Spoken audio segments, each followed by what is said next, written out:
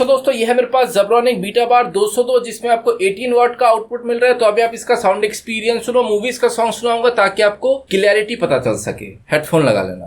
आज की रात